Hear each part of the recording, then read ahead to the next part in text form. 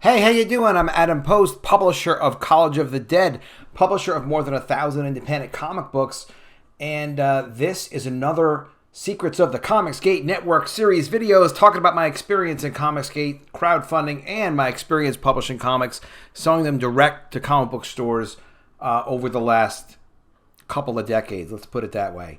So, hey, you know, I don't know why people don't really get this, but I noticed that they don't, so I want to make it easy to understand for everybody. Crowdfunded comic books was always the future of comic books. It's not something new. That's the subject of this video. If you're not already a subscriber, go ahead and subscribe. Click the bell for notifications. You're going to find out a lot about my experience with comics and what's going on with ComicsGate.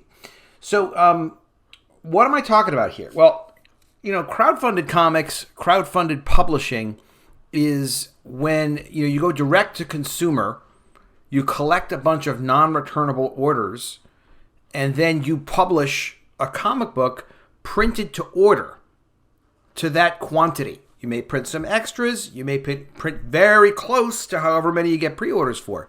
But that's what comic books have been about since really the 1980s.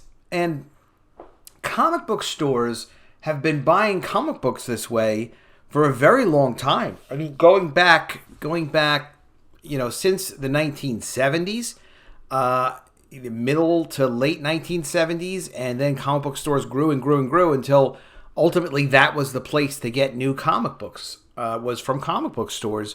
And comic book stores took the place of newsstands.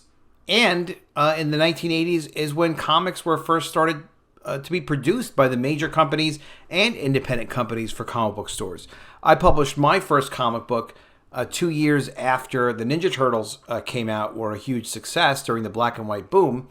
And they were out in 84. I was out in 1986 with G.I. Jackrabbits, which, yes, is coming back all new soon.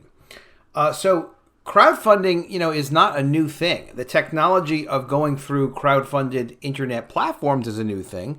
We did not have the internet, and we certainly didn't have internet platforms back in the 1980s. But it's been that way for a long time. And actually, crowdfunded comics sold that way with non-returnable orders from customers in advance have been the only thing that's been successful for comic books for a very long time in any significant way. Without it, there would have been no Dark Knight. There would have been no black and white boom. There would have been no Ninja Turtles.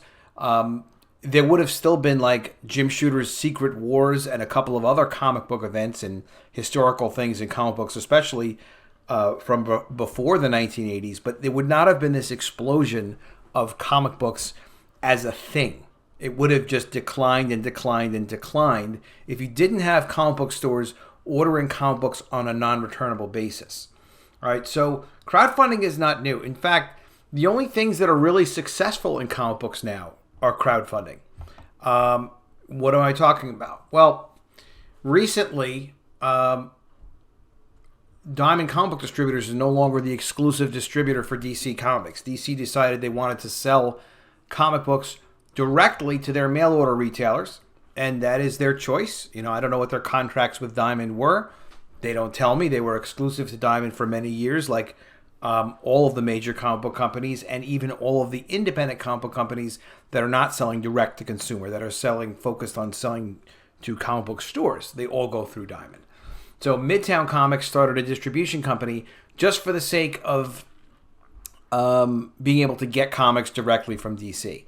They also supposedly plan on selling to comic book stores. I'm sure they're going to sell to some comic book stores as well. But obviously they're going to treat them the same way they treat their mail order retail customers. Maybe they'll get the comics a little sooner. Maybe they'll get slightly of a larger discount. But, that's what they're going to do. They also sell a lot of back issues, Midtown Comics. And it's interesting that Steve Geppi has recently been talking about offering back issues to comic book stores. We'll see what happens with that. That's kind of interesting. Similarly, DCBS is now also a distributor of DC Comics. This is kind of amazing. They're selling books at 40 and 50% discounts direct to consumer. This isn't even for stores. Direct to consumer. So how is that possible? Well, again, they're successful. They're able to get a distribution deal. No one would have thought this was possible even 3-4 months ago. They have a direct distribution deal with DC Comics. Big company, big publisher. They're selling direct to consumer, but take note, they're also taking pre-orders. Massive pre-orders from their customers. I've been told that Midtown Comics represents 20% of all comic book purchasing for new comics. I trust the number. I don't know specifically. I don't get to see the purchase orders. But if Midtown is doing 20%, these guys, DCBS, are probably also doing 20% or 15%. Something very significantly close. Which means 35% of comic book retailing is being done through comic book stores for new issues. Because it's direct to consumer, because it's pre-order, and because they have very limited expenses, very limited overhead and operating, not through retail stores. Similarly, you have Buddy Saunders' MyComicShop.com. They do direct to consumer. They do pre-orders at 35% off. They do back issues at very reasonable prices. Now, I'm not saying you should buy your comics through a mail order retailer. I'm saying the successful people in comics today who are retailers are selling direct to consumer through crowdfunding. They take pre-orders, they turn those pre-orders over, and they also sell back issues. These guys are also selling back issues. They're selling as a distributor now directly to stores. The physical retail store that's set up to just collect some pre-orders, which is definitely a big part of their business, but also puts books out on the shelf.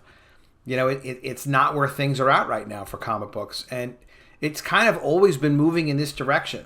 And now I'm doing College of the Dead. It's going along great. Actually ends in 37 hours. This is like 5 times the number we did on the first campaign. I'm really, really happy with it. It's 500% increase.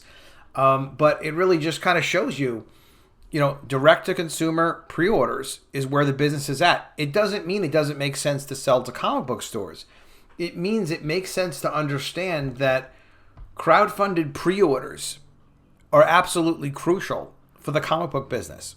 If you're producing a printed physical comic book, why in the name of God would you want to take that comic book, not offer it to people who could buy it directly from you as a consumer? Or, okay, fine, if you want to be like some of the other independent publishers, you can offer it to comic book stores and get pre-orders that way. But you can't beat selling direct to consumer the way the crowdfunding model works, at least as the primary market.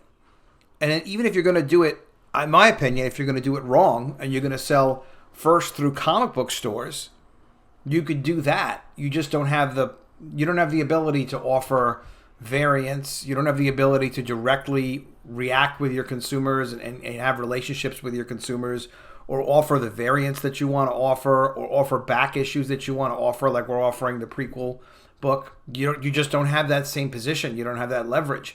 You can offer books through distributors all you want, whether it's the new Midtown distributor, if they pick up independent publishers, that's these guys, or these guys, DCBS's distribution company called Lunar. You could do that, but they control how your product is presented. So the crowdfunded model works best when you're selling direct to consumer, promoting your own books through YouTube, through your email list, through your social media, mostly on Twitter. Some people do it as well on Instagram successfully. But you sell direct to consumer, and your consumers will tell you what they do and they don't want. They'll buy more of what they want. And they'll also give you an opportunity to do things like this. Sell all of the books, in one big collection for $220, whatever your collection of books happens to be. You have kind of an unlimited, scalable opportunity to offer an enthusiastic consumer what you want them to purchase. That does not mean never then go and sell directly to distributors, who can resell your book. I would absolutely sell to mycomicshop.com. Buddy Saunders is a great guy. I would sell to Mile High Comics. They're interested in buying my book, but not before I sold direct to consumer. There are some publishers that are selling on a returnable basis to Walmart now. There's one publisher, Allegiance Arts. The books look gorgeous. It's just very risky to sell books to Walmart. You wouldn't even want to know what the terms are. You need investors to finance all that kind of thing. It's very difficult. You never know what your results are going to be, and your results can change dramatically from one selling period, like 1 month, to another month. There's no guarantees. And you have zero relationship when you print up books and you put them on newsstands and sell them to a Walmart. I would do some deal like that if I had books that I thought would sell well on a Walmart. I would consider it, but only after I sold directly to my customers first through crowdfunding. Why the heck would you do that? And then the second thing I would do is sell to comic shops in the future, maybe a year later, in a less expensive format, like a newsprint or something like that, like Peter Simeti does very brilliantly with Alterna. Those books are great, low price point, high value. And then would I sell returnable through Walmart? Absolutely, I would do that maybe in the future, but I certainly want to see how everybody else did with it first. And I would never make that a primary market. But I'm just very conservative that way because I've sold newsstand before in the 1990s. And we did very, very well in the first month. We did very well. And then in the second month, not as well. And then in the third and fourth month, we did terrible. We lost a ton of money with that. So newsstand's very tricky. But that's why I'll tell you, crowdfunded comic books is always and was always going to be the future of comic books. Finding a way to cost-effectively reach potential customers, get them excited about your product, getting a non-returnable commitment, and in the case of crowdfunding with ComicsGate and on Indiegogo, you get paid in advance, and then you deliver as promised, and then you have the opportunity to sell them something else after you show you can deliver.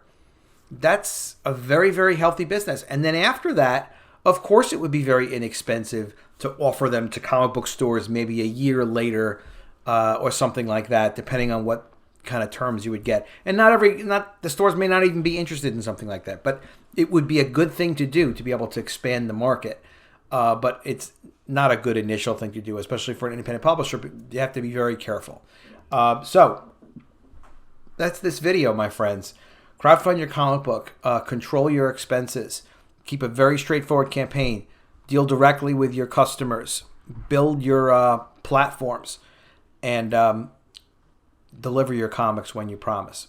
College of the Dead, check it out. It's going to be coming out June 2020. The campaign is almost over. It's got 37 hours left. Thank you to all your supporters. If you haven't backed it yet, definitely check it out. If you have backed it and you want one of the other books, I'll send you, I'm going to be sending out an email shortly letting you know how you can get them for free shipping to just add them onto your existing order. I'll see you again soon with another video, and if I don't see you, I will miss you.